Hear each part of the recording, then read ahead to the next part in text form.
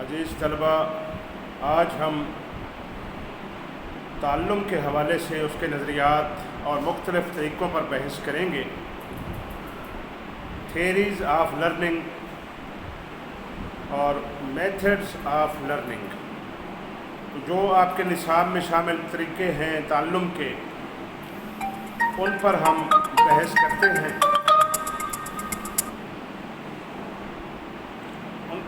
کرتے ہیں۔ ماہرین نفسیات نے تعلم کے بہت سے نظریات بیان کیے ہیں، مگر ان میں سے اہم نظریات 3 ہیں جن کا تذکرہ درج ذیل سطور میں کیا جاتا ہے۔ پہلا نظریہ آموزش ارتباطی نظریہ آموزش، کنیکشنزم تھیوری آف لرننگ، یا اس کو طریقے میں اگر جائیں گے تو learning by trial and error. دوسرا نظریہ جس کا ہم نے یہاں پہ تذکرہ کرنا ہے وہ condition reflex theory of learning, تعلم بذریعہ انعکاس مشروط یا مشروط آموزش کا نظریہ۔ اس کے بعد ہم ذکر کریں گے آموزش بذریعہ بصیرت، لرننگ بائی انسائٹ یا گیسٹالٹ تھیوری آف لرننگ۔ تو یہ 3 نظریات ہیں اور تینوں ہی طریقے اس میں ڈسکس ہوں گے ساتھ ساتھ۔ تو اس ٹاپک کو جس طرح ہم لوگوں نے ایجوکیشن میں تیار کیا تھا، اگر آپ اس طرح اس کو پڑھیں گے، دیکھیں گے، تیار کریں گے تو انتہائی آسانی کے ساتھ آپ اس کو یاد کر سکیں گے۔ تو ہم شروع کرتے ہیں۔ پہلا طریقہ ارتباطی نظریہ آموزش، کنیکشنزم تھیوری آف لرننگ، یا اس طریقے میں جائیں گے تو تعلم بذریعہ صحیح و خطا۔ ارتباطی نظریہ آموزش کا دوسرا عام فہم نام تعلم بذریعہ صحیح و خطا ہے۔ اس طریقے کو تھارن ڈائک نے پیش کیا۔ ان کا کہنا تھا کہ آموزش مہیج اور رد عمل کے اشتراک کا نتیجہ ہے۔ آموزش مہیج اور رد عمل، مہیج سٹیمولس، ایسی چیز جو ہمیں اپنی طرف راغب کرتی ہے، ہمیں اپنی طرف کھینچتی ہے، ہمارے لیے کشش کا باعث ہوتی ہے۔ وہ کہتے ہیں کہ جب کوئی مہیج ہوگا تبھی کوئی عضویہ یا کوئی فرد، کوئی جانور اپنے رد عمل کا اظہار کرے گا۔ ہم چیزوں کو اس وقت سیکھتے ہیں اور حاصل کرتے ہیں جب کوئی سٹیمولس ہو، مہیج ہو، یعنی اس شے کو سیکھنے کا کوئی نہ کوئی محرک ہو۔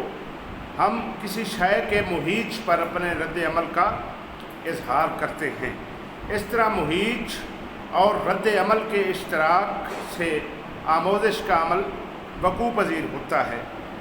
دونوں میں جس قدر زیادہ تعلق ہوگا، آموزش کے لیے رد عمل زیادہ بہتر اور مستحکم ہوگا۔ اس نظریے کی وضاحت میں یہ کہا جا سکتا ہے کہ انسان فطری طور پر اپنے رد عمل کا اظہار مہیج کی نوعیت کو مد نظر رکھتے ہوئے کرتا ہے۔ ہمارا کردار اور عمل کسی نہ کسی مہیج کے تابع ہوتا ہے۔ ہم اسی وقت اپنے رد عمل کا اظہار کریں گے جب کوئی شے ہمارے لیے ضرورت یا مقصد بن کر ابھرتی ہو۔ مثلا ایک فرد ٹائپ کرنا کیوں سیکھتا ہے؟ وہ اس لیے ٹائپ کرنا سیکھتا ہے کہ اس کو کہیں ملازمت مل جائے۔ ٹائپنگ سیکھنے میں ملازمت کا حصول اس کے لیے مہیج ہے، جو اس کو ٹائپ سیکھنے کی طرف راغب کرتا ہے۔ اس نظریے کے تحت آموزش ایک ترغیبی فعل ہے۔ آموزش اسی وقت جگہ بناتی ہے جب کوئی ضرورت، کوئی مقصد، کوئی خواہش یا کوئی منزل درپیش ہو۔ اس کے علاوہ اس نظریے کو عام طور پر صحیح و خطا کا نظریہ بھی کہا جاتا ہے۔ اس کے مطابق اگر کسی شے کو کوئی فرد سیکھنا چاہتا ہے تو وہ یکدم اور ایک ہی کوشش میں اس شے کو نہیں سیکھ سکے گا۔ پہلے وہ کوشش کرے گا، اسے اس کوشش میں ناکامی بھی ہو سکتی ہے، وہ دوبارہ کوشش کرے گا، پے در پے ناکامیوں کے باوجود وہ اپنی کوشش کو جاری رکھے گا جہاں تک کہ اس کی غلطیاں کم ہونے لگیں گی، اور آخر کار وہ اس چیز کو سیکھ لے گا۔ ناکامیوں کے باوجود کسی کام کو بار بار کرنا حتیٰ کہ اس میں کامیابی حاصل ہو جائے، تعلم بذریعہ صحیح و خطا کہلاتا ہے۔ تھارن ڈائک نے اپنے نظریہ آموزش کنیکشنزم تھیوری آف لرننگ میں، ارتباطی نظریہ آموزش میں جو تجربات کیے، تو ان کی تحقیق کا مرکزی خیال یہ ہے کہ آموزش خواہ کیسی ہی کیوں نہ ہو، اس میں فرد فعال حیثیت رکھتا ہے اور وہ کسی مہیج یا محرک کی جانب عمل کرتا ہے، اور اس کا عمل اس وقت تک جاری رہتا ہے جب تک کہ اس کا مقصد پورا نہیں ہو جاتا۔ تھارن ڈائک نے ایک بھوکی بلی کو پنجرے میں بند کر دیا اور پنجرے میں ایک جگہ ایک ایسا لیور یا بٹن جو ہے نا لگا دیا جس کے دبانے سے یا جس پر دباؤ آنے سے اس پر جو ہے نا بلی کا پنجہ اگر لگتا تو پنجرے کا دروازہ کھل جاتا تھا اور بلی باہر نکل سکتی تھی۔ پنجرے سے باہر بھوکی بلی کے لیے اس نے بھنی ہوئی مچھلیاں رکھ دی۔ دیکھنا یہ تھا کہ خوراک کے لیے بلی باہر آنے کا راستہ کس طرح سیکھتی ہے اور کس طرح اپنے مقصد میں کامیاب ہوتی ہے۔ بلی نے باہر نکلنے کے لیے پنجرے میں ادھر ادھر ہاتھ پاؤں مارنا شروع کیے، ہر طرف سلاخوں پر پنجے مارے۔ اتفاقاً بلی کا پاؤں لیور پر پڑ گیا اور دروازہ کھل گیا۔ بلی نے باہر نکل کر خوراک حاصل کی اور اپنی بھوک کی تسکین کی۔ تھارن ڈائک نے دوبارہ تجربے کے لیے بلی کو پھر پنجرے میں بند کیا اور مچھلیاں باہر رکھ دیں۔ اس مرتبہ بلی نے پہلی کی نسبت کم غلطیاں کی اور جلد ہی کامیابی حاصل کر لی۔ بلی نے باہر نکل کر خوراک حاصل کی اور اپنی بھوک کی تسکین کی۔ تھارن ڈائک اس تجربے کو بار بار دہراتا ہے جہاں تک کہ بلی نے پہلی ہی کوشش میں لیور پر اپنا پنجہ مارا اور دروازہ کھول کر باہر آ گئی اور اپنے ماحول سے مطابقت پیدا کرنا سیکھ گئی۔ ان تجربات سے ثابت ہوا ہے کہ فرد صحیح و خطا کے ذریعے بھی چیزوں کو سیکھتا ہے۔ بلی نے اپنے مقصد کو حاصل کرنے کے لیے کئی مرتبہ کاوشیں کی، کئی غلطیاں کی، یہاں تک کہ اس کی بار بار کی کوششوں سے غلطیاں کم ہونے لگیں۔ پہلے اس نے سمت کا تعین کیا کہ اس طرف جو ہے نا دروازہ، اگر میں ادھر کوشش کرتی ہوں پنجرے کے اس طرف تو وہاں پہ یہ کہیں نہ کہیں میرا ہاتھ پڑتا ہے اور یہ کھل جاتا ہے۔ تو آخر کار اس نے اپنی مہارت کے ساتھ، اپنی ذہانت کو استعمال کرتے ہوئے مطلوبہ جو ہے نا بٹن کو، لیور کو جو ہے نا اس نے شناخت کیا اور پھر پہلی ہی کاوش میں باہر نکلنے میں کامیاب ہوگی۔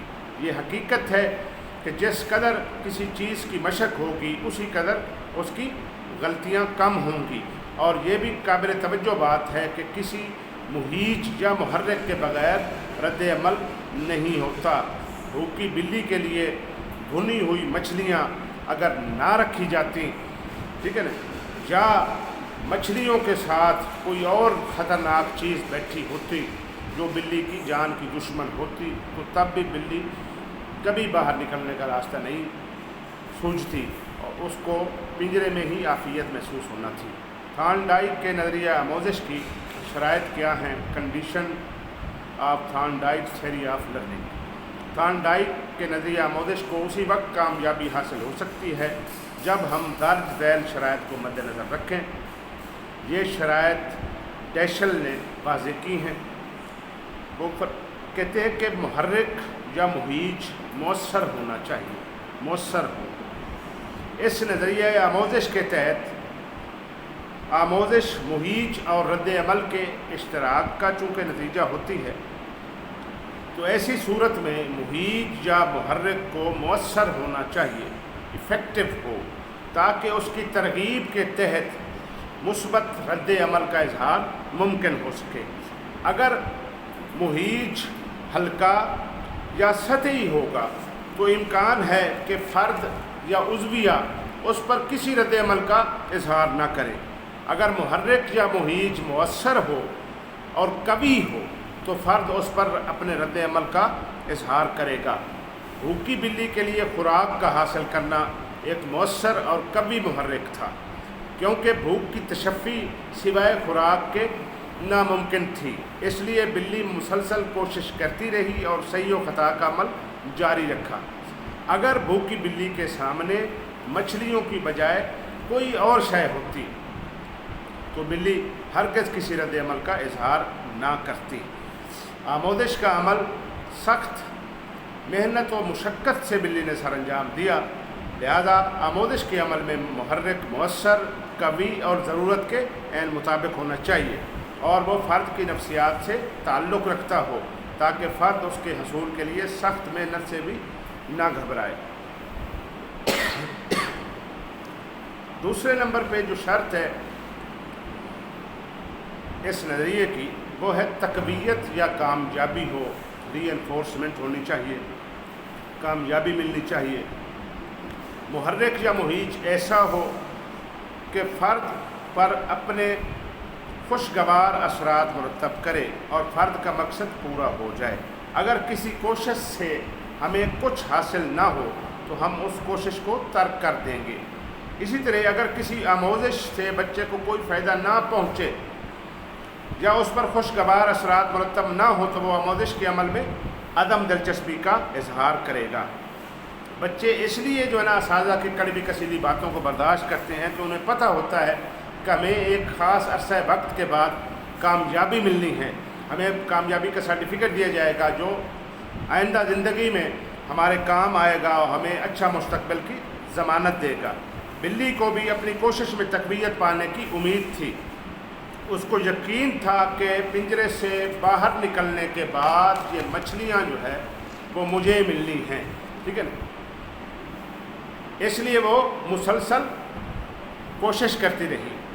بچے بھی ہمیشہ اس تدریس اور تعلیم میں دلچسپی اور شوق سے مصروف رہتے ہیں جو ان کو کسی مقصد یا خوشی سے ہمکنار کرتی ہو۔ پھر نمبر 3 ہے مشکلات درپیش ہوں۔ آموزش کے عمل میں دشواریاں اور مشکلات ہونی چاہیے۔ جب مشکلات ہوں گی تو فرد ان مشکلات کو دور کرنے کے لیے کوشش کرے گا۔ بغیر کسی دشواری یا رکاوٹ کے آموزش کا عمل غیر مؤثر ہوگا۔ بلی کے سامنے آموزش کے لیے پنجرہ اور اس کی سلاخیں مشکلات پیدا کر رہی تھیں۔ وہ بار بار ان مشکلات کو دور کرنے کے لیے ہاتھ پاؤں مارتی رہی، یہاں تک کہ اس نے اپنی مشکلات پر قابو پا لیا اور باہر نکلنے کی آموزش حاصل کر لی۔ اسی طرح بچوں کی آزمائش کے عمل میں ذہنی مشکلات ہوتی ہیں اور وہ بار بار ان مشکلات کو حل کرنے کی کوشش کرتے ہیں۔ مشکلات فرد کو غور و فکر پر مائل کرتی ہیں اور مقابلہ کرنے کی صلاحیت پیدا کرتی ہیں، اور وہ انہی مشکلات سے گزر کر اپنی زندگی کو آسان بنا لیتا ہے۔ بقول غالب کہ رنج سے خوگر ہوا انسان تو مٹ جاتا ہے رنج، مشکلیں مجھ پر پڑی اتنی کہ آسان ہو گئیں۔ ہم انشاءاللہ باقی ماندہ نظریات آموزش کا اگلے لیکچر میں جائزہ لیں گے۔ اللہ تعالیٰ آپ کو کامیاب و کامران کرے۔ یہ اہم سوال ہیں، آسانی کے ساتھ جو ہے نا یہ تیار ہو جائیں گے، تو آپ ان کو تیار کرنا ہے۔ امتحانی نقطہ نظر سے بھی بہت اہم سوال ہیں۔ پاکستان پائندہ باد۔